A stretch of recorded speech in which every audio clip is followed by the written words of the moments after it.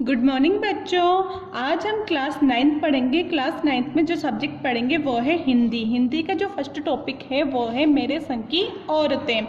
कोविड-19 की वजह से हमने जो कृतिका जो बुक है आपकी, उसका जो फर्स्ट चैप्टर है जल में प्रलय, वो सिलेबस के अकॉर्डिंग स्किप कर दिया गया है। इस वजह से ये वाला जो चैप्टर है आपका मेरे संग की औरतें, यही आपका फर्स्ट चैप्टर होगा और इसकी जो इंडेक्स है आपको बहुत जल्दी उपलब्ध हो जाएगी। ठीक है बच्चों। इसकी जो लेखिका है अर्थात इसकी जो राइटर है वो मृदुला गर्ग है। इसके जो शब्दार्थ है वो देखते हैं। पर्दा नशे, पर्दा करने वाली स्त्री, मतलब जो हमेशा घूंघट में रहती है। मुंहजोर, बहुत बोलने वाली स्त्री। फर्मा बरदार, मतलब आज्ञाकारी, रेस्पेक्ट करने वाली। मुस्तैदा, तैयार, चुस्त, तत्पर। फजल, अनुग्रह, दया। अपरिग्रह, संग्रह न करना, मतलब बिल्कुल भी इकट्ठी चीज़ें नहीं करना। बदस्तूर, नियम से। अक बकाया, घबराया, जैसे कहीं बार कुछ चीज़ बहुत ज़्यादा घबरा जाता है तो मतलब अक बकाया हुआ है। तो ब्रदर्स कारामाजोवा, इसके जो लेखक है, मतलब जो ब्रदर्स कारामाजोवा के जो लेखक है प्रसिद्ध रूसी उपन्यासकार है। कौन थे? प्रसिद्ध रूसी उपन्यासकार दस्तोवस्की है। मिराक, मानसिक रोग। मोहलत, फुर्सत, अवकाश। फरंगी, मतलब कार्य में से निवृत्त, निश्चिंत। खरामा, खरामा, खरामा खरामा, धीरे धीरे। इसरार, आग्रह। माकूल, मुनासिब, अच्छा। दफ्तर, ऑफिस। चौकीदारी, पहरेदारी। राय, विचार। ठीक है बच्चों, इसके जो शब्दार्थ है ये आपके कंप्लीट हो चुके हैं। इसके अलावा जो इसकी जो स्टोरी है, इस वाले जो चैप्टर में जो स्टोरी बताई गई है वो है, मतलब जो राइटर है उसकी नानी और उसकी मम्मी के ऊपर स्टोरी है। मम्मी के ऊपर जैसे जो फर्स्ट जो आपका जो फर्स्ट चैप्टर मैंने बताई दी आपको जल में प्रलय है वो स्किप कर दिया गया है। सेकेंड चैप्टर है आपका मेरे संग की औरतें। इसकी जो राइटर है वह मृदुला गर्ग है। इसकी जो स्टोरी है वो नानी और दादी के ऊपर है, मतलब उसकी मम्मी और नानी के ऊपर बताई गई है। इसमें ये बताया गया है राइटर ने अपनी नानी को कभी नहीं देखा था, लेकिन उनके बारे में बहुत सी बातें ऐसी थी जो सुनी हुई थी। जैसे आप अपनी नानी के बारे में सुनते हैं ना, कहीं अपनी मम्मी बात करती रहती है आपकी नानी ऐसी थी वैसी थी वैसी थी, तो वैसे ही जो राइटर है उसकी नानी के बारे में भी सुना हुआ था। मतलब जब उसकी मम्मी की शादी हुई थी तब उसके पहले उसकी नानी की मृत्यु हो चुकी थी, तो राइटर ने ऑफकोर्स नहीं देखा होगा उनको।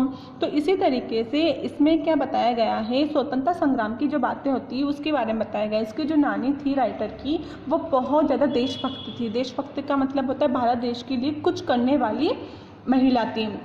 इन्होंने जो अपनी बेटी है उनका विवाह इसलिए क्रांतिकारी से करने को चाहा क्योंकि जो इनके जो पति थे अर्थात राइटर के जो नाना थे वो एकदम से मतलब अंग्रेज़ों के भक्त थे, पूरी तरीके से अंग्रेज़ों के खिलाफ न होकर उनके साइड थे पूरी तरीके से।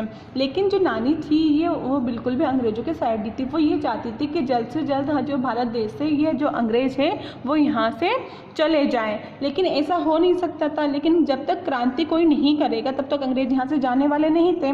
तो इसी तरीके से जो इसकी नानी थी उन्होंने जो अपनी बेटी थी मतलब लेखिका की मम्मी, उनका विवाह क्रांतिकारी से करवाने की सोचा कि अगर मेरी पुत्री का विवाह क्रांतिकारी से हो जाता है तो ऐसे क्रांतिकारी से जो अपने देश के लिए कुछ करे, ऐसे क्रांतिकारी से वो विवाह करवाना चाहती थी। तो यही जो चैप्टर है इसी चैप्टर में उसके बारे में बताया गया है, उनकी चरित्र के बारे में बताया गया है, उसके नानी, उसके मम्मी और राइटर के चरित्र के बारे में, उनकी बहनों के बारे में बताया गया है। ये पूरा चैप्टर उसी के ऊपर डिपेंड है। देखो, मेरी एक नानी थी, अर्थात जो राइटर है वो बोल रही है जाई है पर मैंने उन्हें कभी नहीं देखा था। मेरी माँ की शादी होने से पहले ही उनकी मृत्यु हो गई थी। शायद नानी से कहानी न सुन पाने के कारण बाद में हम 3 बहनों को खुद कहानियाँ कहनी पड़ी। मतलब जिस कितनी बहनें थी ये राइटर, 3 सिस्टर थी। नानी से कहानी भले न सुनी हो, नानी की कहानी ज़रूर सुनी है। बहुत बाद मैं जाकर उसका असली मर्म समझ में आया। मर्म मीन्स होता है मतलब समझ में आया।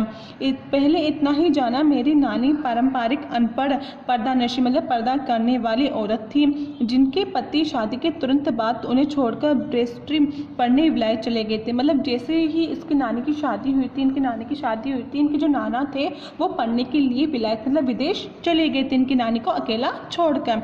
कैम्ब्रिज विश्वविद्यालय से डिग्री लेकर जब वे लौटे और विलायती रीति रिवाज के संग जिंदगी बसर करने लगे तो नानी के अपने रहन सहन पर उसका कोई असर नहीं पड़ा। न उन्होंने अपनी किसी इच्छा आकांक्षा या पसंद नापसंद का इजहार पति पर कभी किया। मतलब वो एक थे देशभक्त, एक थे भारत वाली और एक थे विदेश से पढ़े हो, तो उन्होंने कभी इस चीज़ को नहीं बोला कि आप विलायत से पढ़े हो, विदेशी हो। तो उन्होंने अपना जो रहन सहन था, अपने जो रीति रिवाज थे, कभी भी उन्होंने चेंज नहीं किए। किसने? लेखिका की नानी ने, मतलब राइटर की जो नानी थी, उन्होंने अपने रीति रिवाज, खाने पीने, पहनावा वगैरह कभी चेंज नहीं किया उनके नाना के लिए। देखो आगे देखते हैं बच्चों। पर जब कम उम्र में नानी ने खुद को मौत के करीब पाया, तो बहुत कम एज से जब राइटर की नानी की, तो उनकी जब उन्होंने पहले ही पता चल गया कि जब मेरी तबीयत ज़्यादा ख़राब रहती है तो मतलब मेरे जो मौत है वो बहुत ज़्यादा करीब है। 15 वर्षीय इकलौती बेटी, 15 वर्षीय इकलौती बेटी कौन हुई? राइटर की मम्मी।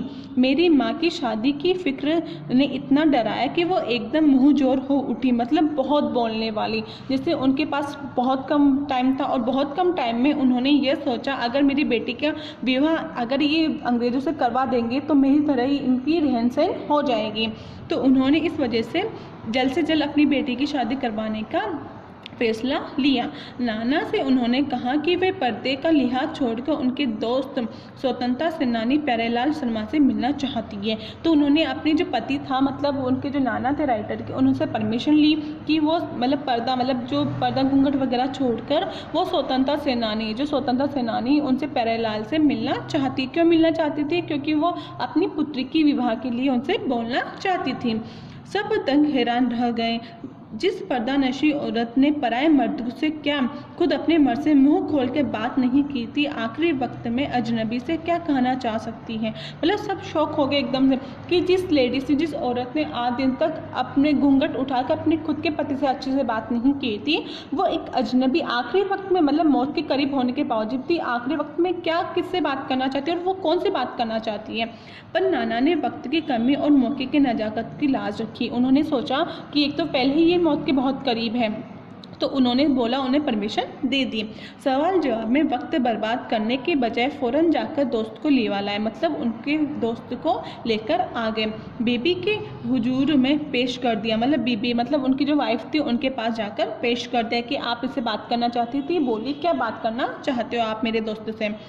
जब जो नानी ने कहा वही हैरत अंग्रेज था, मतलब बिल्कुल शौक होने वाली बात थी जो उन्होंने उन प्यारेलाल से कही थी। उन्होंने कहा वचन दीजिए कि मेरी लड़की के लिए वर आप तय करेंगे। उन्होंने ये बोला कि ना आप मतलब मेरे को वचन दीजिए था, प्रॉमिस कीजिए कि जो मेरी बेटी ही इकलौती उनके लिए जो वर है, अर्थात उनका जो शादी के लिए जो वर ढूंढना है वो आप ही ढूंढेंगे। मेरे पति तो साहब है और मैं नहीं चाहती मेरी बेटी की शादी साहबो फरमादार में हो, मतलब आज्ञाकारी, मतलब एक तरीके से अंग्रेजों में हो, वो ये नहीं चाहती थी। आप अपनी तरह आज़ादी के सिपाही को ढूंढकर की शादी करवा दीजिए।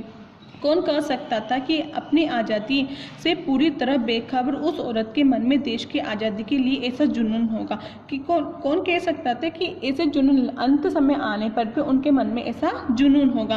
बाद में मेरी समझ में आया कि दरअसल वे निजी जीवन में भी काफ़ी आज़ाद ख्याल रही होगी। राइटर ने उनके थिंकिंग को सोचकर ये बोला कि मतलब उनके मन में ऐसा ख्याल आया कि वाकई में आज़ादी भी रही होगी वो। ठीक है, उन्होंने नाना की ज़िंदगी में कोई दखल नहीं की दिया, न उसमें साझेदारी की, पर अपनी ज़िंदगी में अपने ढंग से जीती जरूर रही होगी, मतलब अपने तरीके से जरूर उन्होंने अपनी लाइफ को काट लिया होगा। पारंपरिक घरेलू उबाऊ खामोश जिंदगी जीने में आज भी हिसाब से क्रांतिकारी चाहे कुछ न रहा हो, दूसरे की तरह जीने के लिए मजबूर न हो। असली ज़िंदगी में तो ज़्यादा ही थी, मतलब खुद के लिए न से, लेकिन उन्होंने अपनी पुत्री के लिए जो फैसला लिया था, जो डिसीजन लिया था, वो बहुत अच्छा लिया था। खैर, इस तरह मेरी माँ की शादी ऐसे पढ़े लिखे होना लड़के से हुई जिसे आज़ादी के आंदोलन में हिस्सा लेने से अपराध में ICS के इम्तहान में बैठने से रोक दिया गया। अर्थात तो ऐसे इंसान से उनकी विवाह कर दिया गया जिन्हें एग्ज़ाम में बैठने की परमिशन भी नहीं दी गई थी। जो पढ़े लिखे थे, आज़ादी के आंदोलन में हिस्सा लिया हुआ था, इस वजह से उन्हें एग्ज़ाम में बैठने की परमिशन भी नहीं दिया गया था। जिसके जेब में पुश्तैनी पैसा थैला एक नहीं था। बुस्तेली मीन्स होता है जो पुराना जो पैसा था, वो 1 रुपया भी नहीं था जिनके पास में। माँ बेचारी अपनी माँ और गांधी जी के सिद्धांतों के चक्कर में सादा जीवन जीने और ऊंचे ख्याल रखने पर मजबूर हुई। मतलब गांधी जी के सिद्धांत, मतलब उनके तरीके से कि सिर्फ देश के लिए ही कुछ करना है, इस तरह बैठने पर वो मजबूर हो गए। हालांकि उनका यह था कि खादी की साड़ी उन्हें इतनी भारी लगती थी कि कमर चनका खा जाती थी। मतलब जो खादी की जो साड़ी पहनते थे वो पहनने में भी उनको बहुत ज़्यादा भारी लगती थी। रात रात भर जाके वो इसे पहनने का अभ्यास करती थी, जिससे प्रैक्टिस क्या करती थी कि साड़ी कैसे पहनी जाती है जिससे दिन में शर्मिंदगी न उठानी पड़े।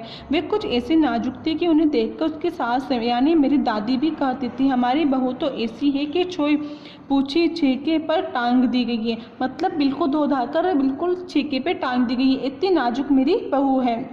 गनीमत यही थी कि किसी ने उन्हें छेके पर उतारने का पेशकश नहीं की। मतलब छेके से उतारने की पेशकश नहीं की थी। क्यों नहीं की? उनकी 2 वजह थी।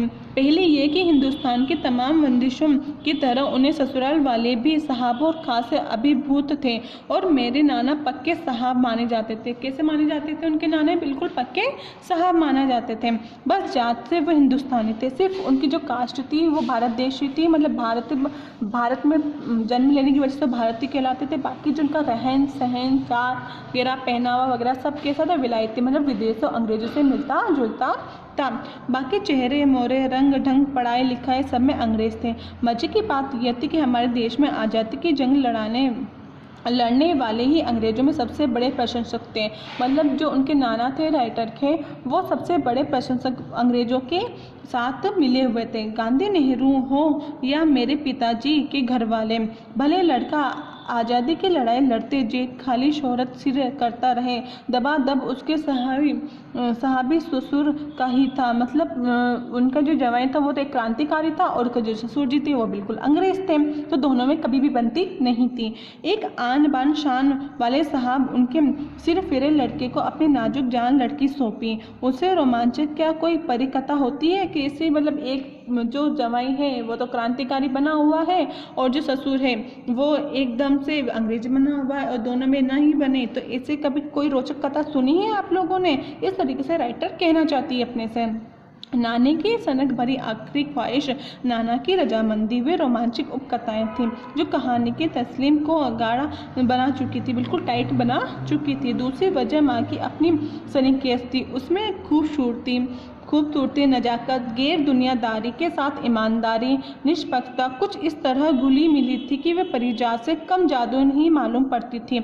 उनसे ठोस काम करवाने की कोई सोच भी नहीं सकता था। हाँ, हर ठोस व हवाई काम करने की उनकी जबानी राय जरूर मांगी जाती थी, पत्थर की लकीर की तरह निभाई जाती थी। मतलब जो उनकी जो बात है वो बिल्कुल पत्थर की लकीर की तरह निभाई जाती थी। बच्चों, यहाँ तक सिर्फ उन्होंने जो अपनी पुत्री का जो विवाह किया उसके बारे में बताया गया। जो नेक्स्ट जो पेज है आपका उसमें बताया जाएगा आगे कि क्या क्या हुआ राइटर की मम्मी और नानी के साथ। मैंने अपनी दीदी के कई बार कहते हुए सुना था, हम हाथी के हल न जुतवाया करते, हम पे बैल है।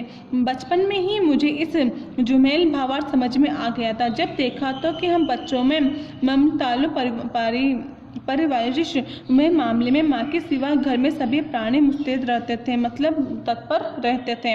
दीदी उनकी जिठानियाँ ही नहीं, खुद मर्दजात भी पिताजी भी थे। मतलब उनकी जो बच्चों का जो ख्याल रखने के लिए दीदी उनकी जिठानियाँ ही नहीं, उनके जो परिवार के जितने भी व्यक्ति थे उसमें वो सब हमें पालने आता, हमारी परवरिश करने में सब तत्पर रहते थे।